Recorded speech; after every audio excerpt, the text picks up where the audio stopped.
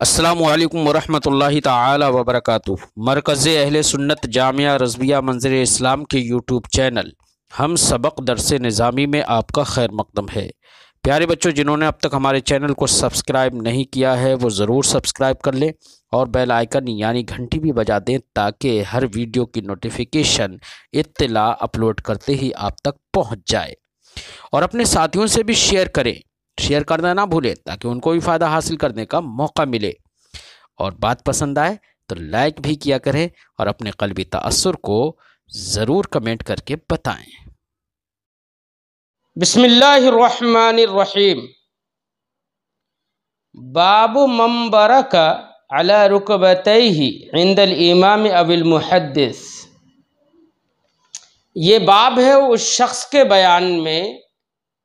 جو امام یا محدث یا اپنے شیخ یا استاذ کے سامنے، ایک عالم دین کے سامنے دو زانوئے ادب طے کرے اور گھٹنوں کے بل بیٹھ جائے۔ یہ اس شخص کے بیان میں ہے، یعنی امام بخاری علیہ الرحمۃ والرضوان اس باب سے یہ بتانا چاہتے ہیں کہ جس سے ہم تعلیم حاصل کرتے ہیں، علم حاصل کرتے ہیں، چاہے وہ محدث ہو، مفسر ہو، امام ہو، شیخ ہو، استاذ ہو، کوئی بھی عالم دین ہو، اگر ہم اس سے علم حاصل کر رہے ہیں یا علم حاصل نہیں بھی کرتے ہیں لیکن عالم دین ہے، ہم اگر اس کی بارگاہ میں جاتے ہیں تو ہم کو بہتر یہ ہے اور آداب سے یہ ہے کہ اس کے سامنے زانوئے ادب طے کرے اور اس کے سامنے گھٹنے موڑ کر بیٹھ جائیں۔ گھٹنے موڑ کر بیٹھ جانا ہی زانوئے ادب مطلب دو زانو بیٹھنا کہلاتا ہے۔ جیسے کہ سبھی لوگ تشہد میں جس طریقے سے بیٹھتے ہیں، نماز میں جو تشہد پڑھا جاتا ہے تو اس تشہد میں جیسے بیٹھتے ہیں اس طریقے سے بیٹھنے کو کہا جاتا ہے بروک علی الرکبتین، یعنی رکبتن کی جمع، رکبتن کی تثنیہ ہے رکبتین، تو رکبتن کا معنی ہوتا ہے گھٹنا اور رکبتین دونوں گھٹنے دو، اور برکا یبرکو بروکن اس کا معنی ہوتا ہے بیٹھنا، تو معنی ہوگا گھٹنوں پر بیٹھنا، یعنی دو زانو بیٹھنا۔ تو امام بخاری علیہ رحمۃ والرضوان کا اس باب سے مقصود جو ہے وہ ہم نے بتا دیا۔ امام بخاری نے اس باب کو مذکورہ باب کے بعد ذکر کیا۔ اس سے پہلے باب میں یہ بتایا گیا تھا کہ غیر ضروری سوالات عالم کی برہمی اور اس کی ناراضگی کا سبب ہو سکتے ہیں، اس کا بیان کیا گیا تھا، اور اس باب میں یہ بتایا جا رہا ہے کہ عالم کی بارگاہ میں متعلم کا ادب کیسا ہونا چاہیے، وہ کس طریقے سے بیٹھے۔ لہذا دونوں میں تعلیم اور تعلم یا عالم اور متعلم کے اوصاف کا بیان ہے، اس لیے ان دونوں بابوں کو یا اس باب کو مذکورہ باب سے مناسبت ہے۔ امام بخاری علیہ الرحمۃ والرضوان اس کے تحت حدیث ذکر کرتے ہیں، فرماتے ہیں حدثنا ابو الیمانی قال اخبرنا شعیب عن الزہری۔ ہم سے حدیث بیان کی ابو الیمان نے، وہ فرماتے ہیں کہ ہمیں خبر دی شعیب نے روایت کرتے ہوئے امام زہری سے، وہ فرماتے ہیں اخبرنی انس بن مالک،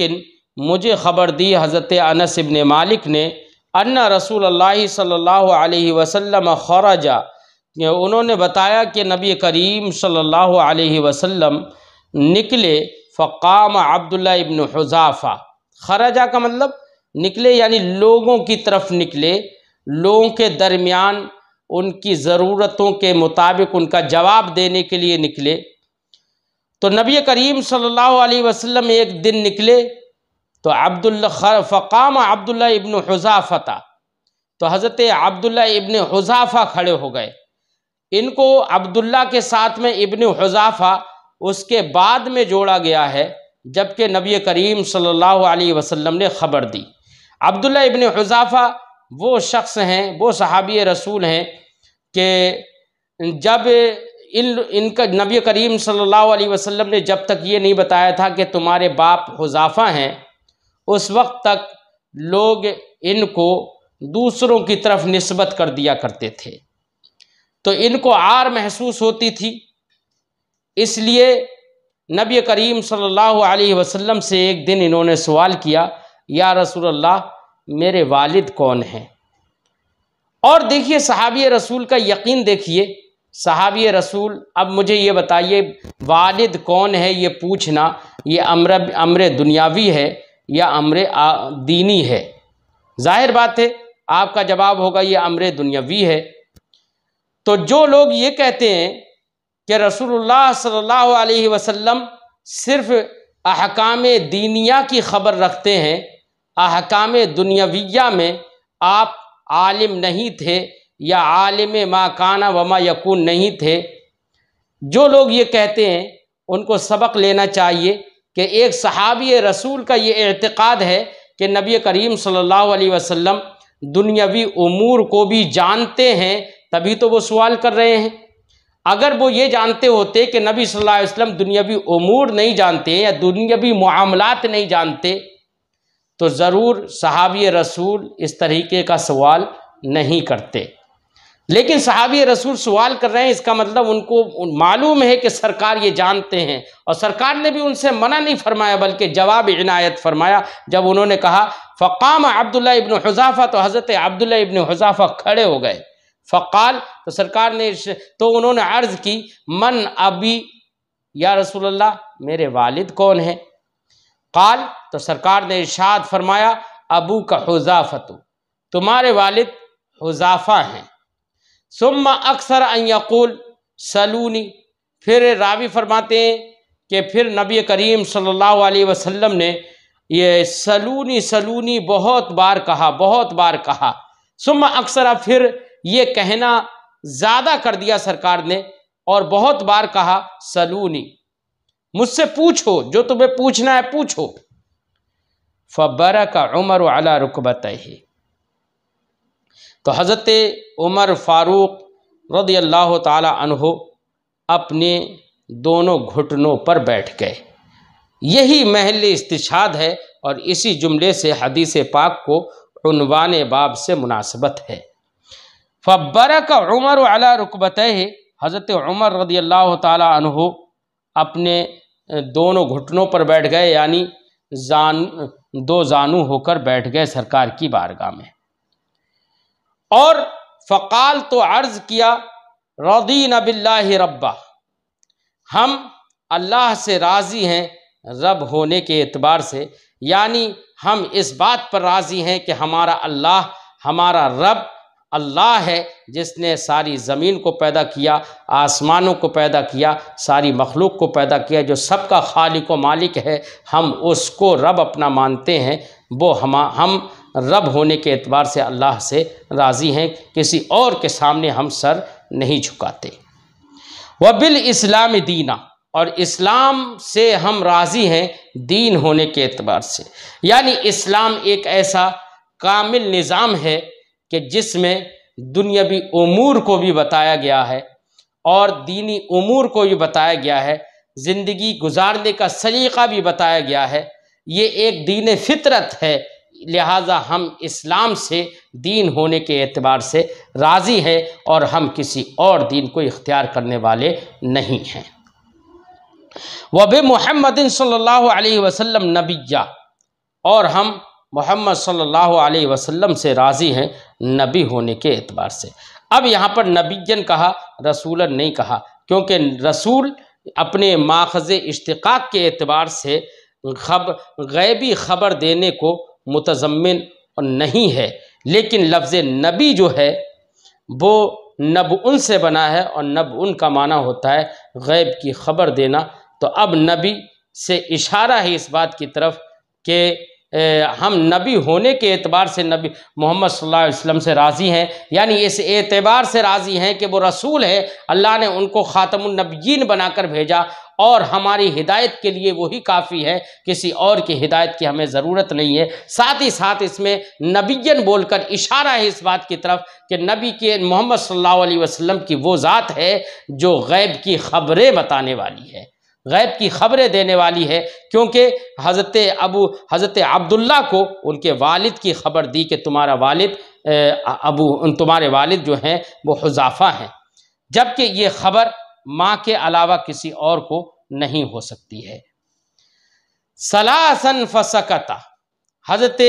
عمر بن خطاب رضی اللہ تعالی عنہ نے 3 مرتبہ یہی عرض کیا، رضینا باللہ ربا وبالاسلام دینا وبمحمد صلی اللہ علیہ وسلم نبیہ، ثلاثاً 3 بار کہا۔ فسکت، تو رسول پاک صلی اللہ علیہ وسلم خاموش ہوئے، یعنی نبی کریم صلی اللہ علیہ وسلم بار بار کہہ رہے تھے سلونی، اور پوچھنا ہے، اور پوچھو، اور پوچھنا ہے، اور پوچھو۔ جب حضرت عمر بن خطاب رضی اللہ تعالیٰ عنہ نے یہ کہا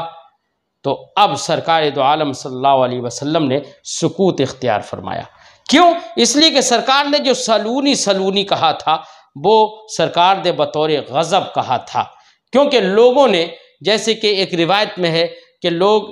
نبی کریم صلی اللہ علیہ وسلم سے استہزاءً بھی سوال کرتے تھے، اور کوئی کہتا تھا کہ میرا باپ کون ہے، اگرچہ حضرت عبداللہ نے نہیں کہا تھا استہزاءً، لیکن دوسرے لوگ، کچھ ایسے لوگ بھی آ جاتے تھے مجلس میں جو استہزاءً سوال کرتے تھے۔ کوئی کہتا میرا باپ کون ہے، کوئی کہتا کہ میری اونٹنی گم ہو گئی ہے، وہ کہاں ہے وہ بتا دیجئے، کوئی کہتا تھا کہ میری اونٹنی کے پیٹ میں کیا ہے وہ بتا دیجئے۔ تو اس پر نبی کریم صلی اللہ علیہ وسلم غضبناک ہوئے، اور اللہ نے ایک آیت کریمہ نازل فرمائی، ان الذین یؤذون اللہ ورسولہ لعنہم اللہ فی الدنیا والآخرہ واعد لہم عذابا مہینا۔ بے شک وہ لوگ جو اللہ اس کے رسول کو تکلیف دیتے ہیں، لعنہم اللہ فی الدنیا، اللہ رب العزت ان کو دنیا اور آخرت پہ ان پر لعنت فرماتا ہے، اور ان کے لیے عذاب مہین یعنی توہین والا اور ذلت والا عذاب اللہ نے تیار کر دیا ہے۔ تو نبی کریم صلی اللہ علیہ وسلم نے بحالت غضب سلونی سلونی کہا، کیونکہ لوگ طرح طرح کے سوال کرتے تھے۔ تو حضرت عمر بن خطاب رضی اللہ تعالیٰ عنہ نے چاہا کہ نبی کریم صلی اللہ علیہ وسلم کا غصہ کیسے ٹھنڈا کیا جائے، کیسے ٹھنڈا ہو۔ تو جب حضرت عمر بن خطاب نے یہ کہا یا رسول اللہ آپ ناراض ہو گئے ہیں، آپ کے چہرے سے غضب کے آثار نمودار ہیں، یا رسول اللہ ہم اللہ سے رب ہونے کے اعتبار سے راضی ہیں، اسلام سے دین ہونے کے اعتبار سے راضی ہیں، اور محمد صلی اللہ علیہ وسلم کی ذات سے نبی ہونے کے اعتبار سے راضی ہیں، یا رسول اللہ کہیں ہم نے یہ گویا کہ انہوں نے اس بات کی طرف اپنے جملوں سے اشارہ کیا، یا رسول اللہ اپنی ناراضگی کو ختم فرما لیجئے، کہیں ایسا نہ ہو کہ آپ ناراض ہوں اور جو لوگ ہیں سوال کرنے والے ہیں ان کو یہ ناراضگی کہیں ہلاکت تک نہ پہنچا دے۔ فسکت، تو رسول اللہ صلی اللہ علیہ وسلم خاموش ہو گئے، اور بعض روایتوں میں یہ بھی ہے فسکن غضبہ، پھر نبی کریم صلی اللہ علیہ وسلم کا غصہ ٹھنڈا ہو گیا۔ یہ حضرت عمر فاروق کے قول کا اثر تھا کہ انہوں نے اس طریقے کے الفاظ استعمال کیے کہ نبی کریم صلی اللہ علیہ وسلم کا غصہ ٹھنڈا ہو گیا۔ اور یہ کیوں نہ ہو، حضرت عمر فاروق رضی اللہ تعالی عنہ تو وہ ذات ہیں جو نبی کریم صلی اللہ علیہ وسلم کے مزاج سے آشنا تھے، ان کے ترجمان تھے۔ حضرت عمر فاروق رضی اللہ تعالی عنہ کے زبان پر حق جاری ہوتا تھا، ان کی رائے اور ان کا خیال، ان کا نظریہ وحی کے مطابق ہوتا تھا۔ اعلیٰ حضرت علیہ رحمت و رضوان نے حضرت عمر فاروق رضی اللہ تعالی عنہ کے اوصاف میں بیان فرمایا، وہ عمر جس کے اعداء پہ شیدا سقر، اس خدا دوست حضرت پہ لاکھوں سلام، ترجمان نبی ہم زبان نبی، جان شان عدالت پہ لاکھوں سلام۔ تو حضرت عمر فاروق رضی اللہ تعالیٰ عنہ نے جب یہ جملے عرض کیے تو سرکار کا غصہ ٹھنڈا ہو گیا۔ بہرحال حدیث پاک سے یہ معلوم ہوا کہ عالم دین کے سامنے، شیخ محدث کے سامنے، امام کے سامنے ادب یہ ہے کہ دو زانو ہو کر بیٹھے، یعنی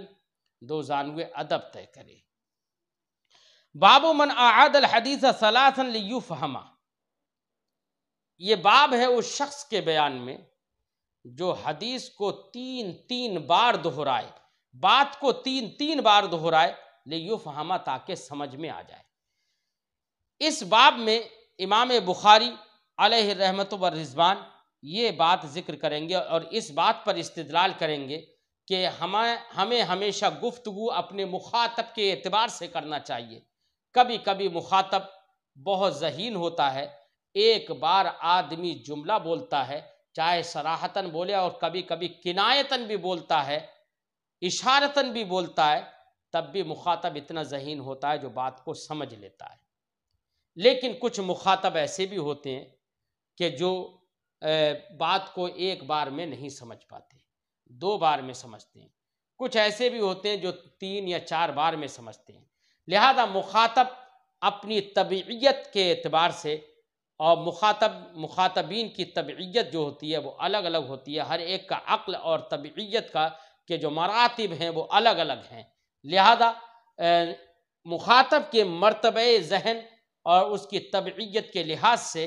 بات کو دوہرا دینے میں کوئی حرج نہیں ہے، بلکہ آدمی بولتا اس لیے ہے تاکہ اس کی بات کو سمجھ لیا جائے اور اس کے مقصد تک پہنچا جائے، اور یہ تبھی حاصل ہوگا جب کہ مخاطب بات کو سمجھ لے۔ اب اگر مخاطب کو بات کو سمجھنے کے لیے اعادہ کی ضرورت ہے تو بات کا اعادہ کیا جائے، ایک بار اعادہ کی ضرورت ہے تو ایک بار کر دیا جائے، 2 بار اعادہ کی ضرورت ہو تو 2 بار، 3 بار اعادہ کی ضرورت ہو تو 3 بار بھی اعادہ کر دیا جائے۔ لہذا اس سے یہ سمجھ میں آیا کہ اگر ہمارا سامنے والا یعنی استاذ کے سامنے والا اس کا شاگرد، اگر شاگرد 3 طرح کے ہوتے ہیں، ایک وہ ہوتا ہے جو جلدی سے سمجھ لیتا ہے، ایک وہ ہوتا ہے جو تھوڑے دیر سے سمجھتا ہے، ایک وہ ہوتا ہے جو بہت دیر سے سمجھتا ہے، تو ان کے لیے بات کا اعادہ کرنا یہ بہتر ہے تاکہ بات کو وہ صحیح سے بات کو سمجھ لے، اور جو الجھن ہو وہ الجھن اس کی دور ہو جائے۔ اس مقصد کے پیش نظر امام بخاری علیہ رحمت و رضوان نے یہ باب باندھا ہے۔ اب اس باب کو بھی کتاب العلم سے مناسبت ہے، کیونکہ بات یہی ہے کہ اگر معلم پڑھا رہا ہے اور طلبہ جو ہیں، تلامذہ جو ہیں وہ مختلف طبیعتوں کے ہیں، تو ایک معلم کی شان سے یہ ہے کہ بات کو سمجھانے کے لیے وہ اعادہ کر دے بات کا، 2 بار بھی کر سکتا ہے، 3 بار بھی کر سکتا ہے، جیسے کہ حدیث پاک سے اسی بات پر استدلال کریں گے امام بخاری علیہ رحمت و رضوان۔ تو فرماتے ہیں اس میں امام بخاری علیہ رحمت و رضوان اس باب میں ایک تعلیق ذکر کرتے ہیں، فرماتے ہیں فقال النبی صلی اللہ علیہ وسلم الا وقول الزور فما زال یکررها، یعنی حضور نبی کریم صلی اللہ علیہ وسلم نے ارشاد فرمایا الا وقول الزور، خبردار جھوٹی بات، خبردار جھوٹی بات حضور برابر سے دہراتے رہے، فما زال یکررها، اس کا اعادہ فرماتے رہے، اس کی تکرار فرماتے رہے۔ در حقیقت جو امام بخاری نے تعلیقاً جو حدیث کا جو ایک ٹکڑا ذکر کیا ہے وہ ایک حدیث کا حصہ اور ایک حدیث کا ٹکڑا ہے۔ یہ حدیث کتاب الشہادات میں موصولاً مکمل ذکر کی گئی ہے۔ وہ یہ ہے کہ حضور نبی کریم صلی اللہ علیہ وسلم نے ارشاد فرمایا الا انبئکم باکبر الکبائر، سرکار نے ارشاد فرمایا لوگوں کیا میں تمہیں نہیں بتا دوں گناہوں میں سب سے بڑا گناہ؟ ثلاثن، 3 مرتبہ سرکار نے یہ فرمایا۔ قالو، تو صحابہ کرام نے عرض کی بلا یا رسول اللہ، یا رسول اللہ کیوں نہیں، ضرور بتائیے۔ قال، سرکار نے ارشاد فرمایا الاشراک باللہ، بڑے گناہوں میں جو بڑا گناہ، سب سے بڑا گناہ ہے وہ یہ ہے اللہ کے ساتھ شرک ٹھہرانا، اور پھر اس کے بعد سرکار نے فرمایا وعقوق الوالدین، اور والدین کی نافرمانی کرنا۔ وجلس وکان متکئا، اور سرکار دو عالم صلی اللہ علیہ وسلم یہ دو باتیں بتانے کے بعد سیدھے بیٹھ گئے، وکان متکئا، جبکہ آپ ٹیک لگائے ہوئے بیٹھے تھے۔ تو وکان متکئا یہ جملہ پورا حال واقع ہے جلسہ کی ضمیر سے، یعنی اور جلسہ کی ضمیر کا مرجع نبی کریم صلی اللہ علیہ وسلم کی ذات ہے۔ تو نبی کریم صلی اللہ علیہ وسلم بیٹھ گئے۔ جلسہ کا مراد یہ ہے، جلسہ سے مراد ہے کہ سیدھے بیٹھ گئے، کیونکہ اس کے بعد ذکر ہے کہ جبکہ سرکار ٹیک لگا کے بیٹھے ہوئے تھے۔ سرکار نے یہ جب دو باتیں ذکر کی تو اس کے بعد سیدھے بیٹھ گئے، وکان متکئا، جبکہ آپ ٹیک لگا کر بیٹھے ہوئے تھے۔ فقال، پھر سرکار نے ارشاد فرمایا، سیدھے بیٹھ کر ارشاد فرمایا، الا وقول الزور، خبردار جھوٹی بات، یعنی خبردار جھوٹ بولنا، جھوٹ بولنے سے خبردار، خبردار جھوٹ مت بولنا، خبردار جھوٹی بات مت اختیار کرنا، یہ معنی ہوگا۔ فما زال یکررها، تو سرکار اسی بات کو مکرر فرماتے رہے، حتی قلنا لیتہ سکت، صحابہ اکرام عرض کرتے ہیں حتی قلنا، یہاں تک کہ ہم نے اپنے دلوں میں کہا، لیتہ سکت، کاش کے سرکار دو عالم صلی اللہ علیہ وسلم خاموش ہو جاتے۔ یعنی نبی کریم صلی اللہ علیہ وسلم جو یہ ارشاد فرما رہے ہیں، الا وقول الزور، یہ سرکار غضبناکی کی حالت میں بیان فرما رہے ہیں، ناراضگی کی حالت میں بیان کر رہے ہیں، کیونکہ جھوٹ بولنے سے نفرت دلانا مقصد ہے، اور غصہ اس لیے ہے کہ جھوٹ بات جو بھی ہو اس پر اظہار ناراضگی کرنا ہے، کہ جب بیان کرنے میں جھوٹ سے روکنے کے لیے سرکار اتنے ناراض ہو رہے ہیں تو پھر جھوٹ بولنا سرکار کی ناراضگی کا کتنا بڑا باعث ہو سکتا ہے، کتنا بڑا سبب ہو سکتا ہے۔ تو سرکار دو عالم صلی اللہ علیہ وسلم جھوٹ بولنے سے منع فرما رہے ہیں اور دور رہنے سے منع فرما رہے ہیں غضب کی حالت میں۔ تو اس سے یہاں پر محل استشہاد اس حدیث پاک کا جو ٹکڑا ہے کہ سرکار دو عالم صلی اللہ علیہ وسلم نے فرمایا الا وقول الزور فما زال یکررها، یہ فما زال یکررها یہی ٹکڑا جو ہے حدیث پاک کا ربط پیدا کر دیتا ہے عنوان باب سے۔ اور ایک اور تعلیق حضرت امام بخاری ذکر کرتے ہیں، فرماتے ہیں وقال ابن عمر، حضرت عبداللہ ابن عمر رضی اللہ تعالی عنہ نے کہا، قال النبی صلی اللہ علیہ وسلم، نبی کریم صلی اللہ علیہ وسلم نے ارشاد فرمایا، حل بلغت ثلاثہ،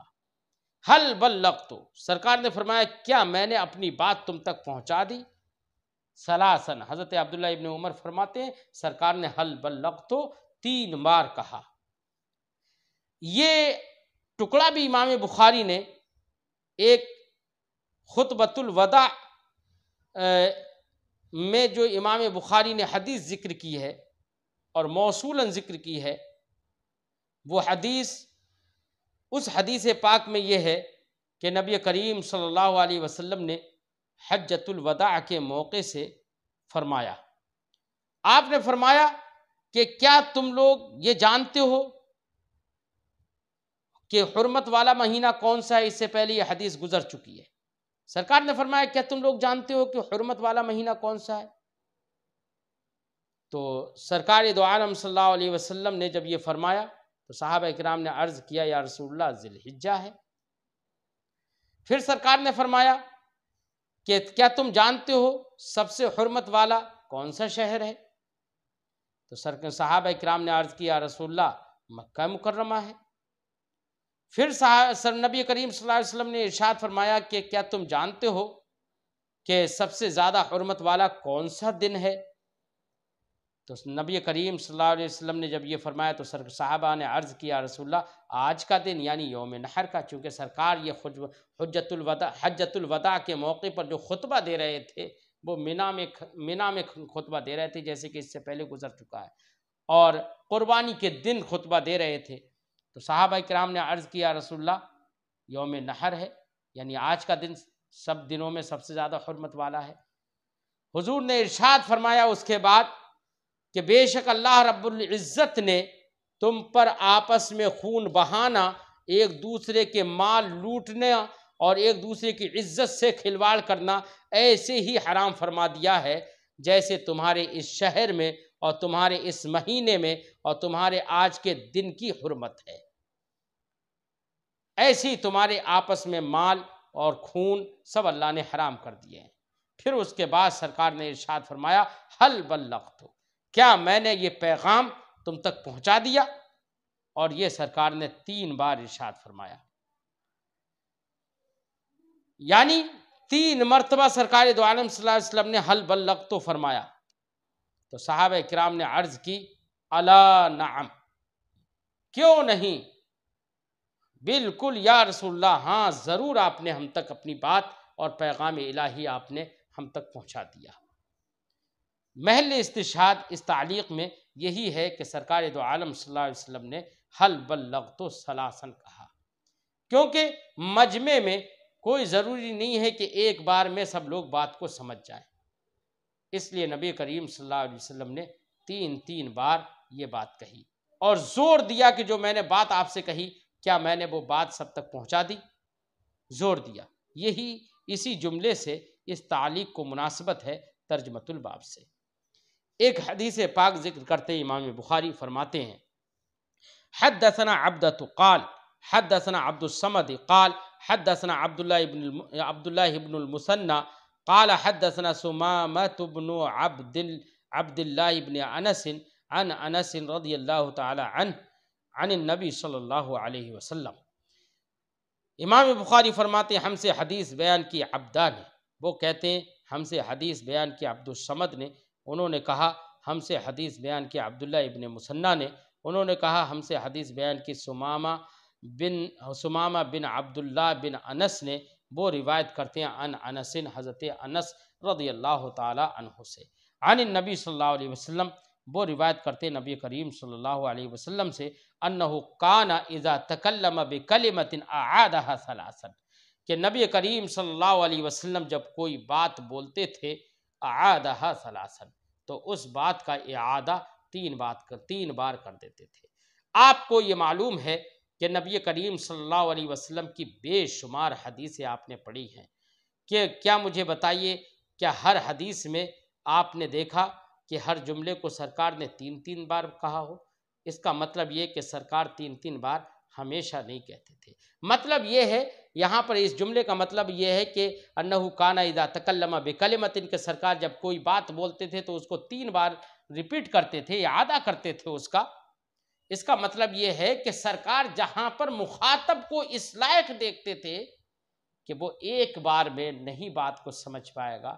تو ایسی جگہ پر نبی کریم صلی اللہ علیہ وسلم جب بات بولتے تھے کوئی تو وہاں پر اعادہ فرما دیتے تھے، 3 بار اس کو ریپیٹ کر دیتے تھے، حتی تفہم عنہ، یہاں تک کہ وہ بات سرکار سے سمجھ لی جاتی تھی۔ وَإِذَا أَتَى عَلَى قَوْمٍ، اور جب نبی کریم صلی اللہ علیہ وسلم کسی شخص کے پاس آتے تھے یا کسی کے گھر پر جاتے تھے، کسی قوم کے پاس آتے تھے، فَسَلَّمَ عَلَيْهِمْ،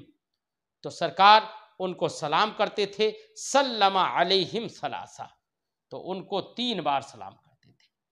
3 بار سلام کرنے کا مطلب ہمارے محدثین نے یہ بتایا کہ جب سرکار دو عالم صلی اللہ علیہ وسلم کسی کے گھر جاتے تھے تو سب سے پہلے تو ایک سلام کرتے تھے جس کو سلام استئذان کہتے ہیں، یعنی اجازت لینے کے لیے سرکار سلام کرتے تھے۔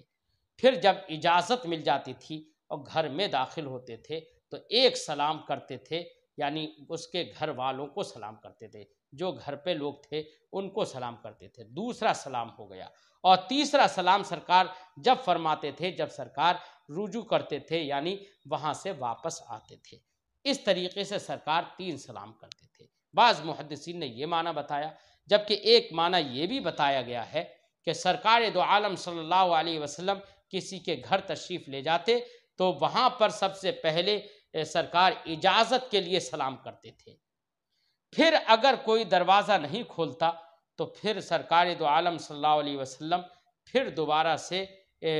وہاں پر سلام کرتے تھے، پھر دوبارہ سلام کیا، پھر دوسری بار میں بھی اگر سلام کا جواب نہیں ملا اور دروازہ نہیں کھلا تو سرکار دو عالم صلی اللہ علیہ وسلم وہاں سے اپنے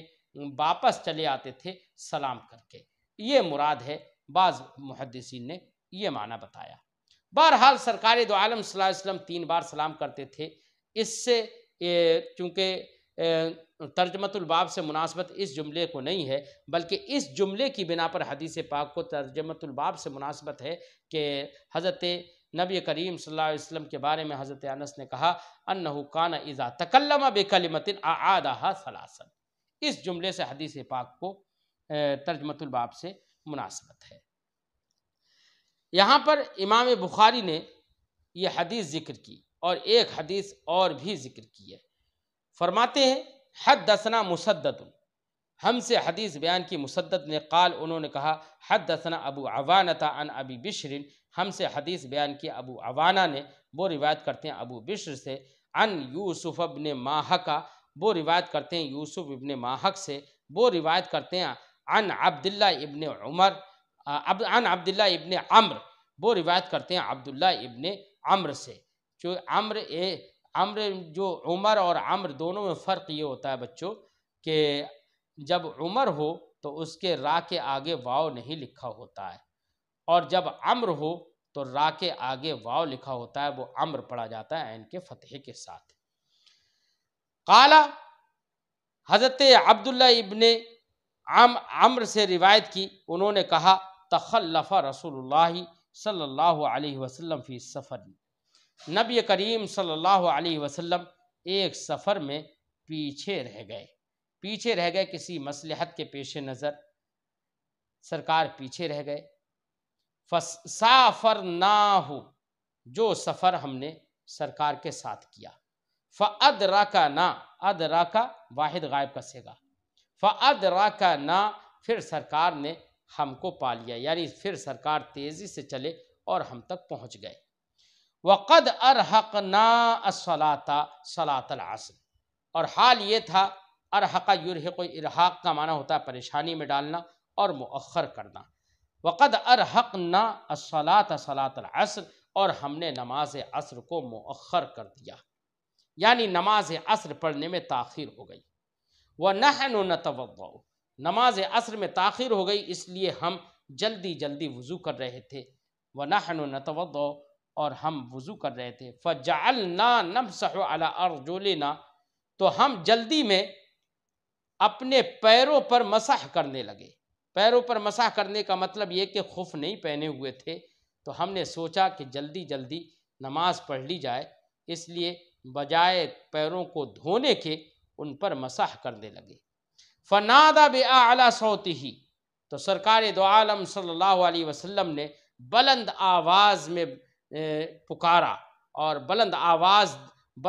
بہت تیز آواز دی۔ کیسے بلند آواز میں پکارا؟ بلند آواز میں کیا کہا؟ سرکار نے فرمایا ویل للاعقاب من النار، ایڑیوں کے لیے ویل ہے جہنم سے۔ کیا مطلب؟ ویل کے بارے میں محدثین نے فرمایا ویل ایک ایسی وادی ہے جہنم کی جس میں پہاڑوں کو بھی اگر ڈال دیا جائے تو وہ پگھل جائیں گے۔ تو کہا ان ایڑیوں کے لیے، اعقاب یا عقبن کی جمع ہے، اس کا معنی ہوتا ہے ایڑی۔ سرکار نے فرمایا جو ایڑیاں تمہاری خشک رہ گئی ہیں نا، جو پیر نہیں دھلے ہیں، صرف مسح کر لیا ہے، تو سرکار نے فرمایا جہنم کے لیے، جہنم کی ویل وادی ہے اعقاب کے لیے، یعنی ان ایڑیوں کے لیے جو دھلی نہیں گئی ہیں۔ اسی لیے ہمارے فقہا نے فرمایا کہ اگر اعضائے مغسولہ میں سے کوئی جگہ ایسی باقی رہ گئی کہ جو دھلی نہیں تو وضو نہیں ہوگا۔ مرتین، سرکار نے یہ ویل للاعقاب من النار 2 مرتبہ کہا، او ثلاثن یا 3 مرتبہ کہا، تو یہ او مرتین او ثلاثن، اس میں راوی کا شک ہے، لیکن اگر ثلاثن والا اگر صحیح ہے تو حدیث پاک کو ترجمۃ الباب سے مناسبت حاصل ہے۔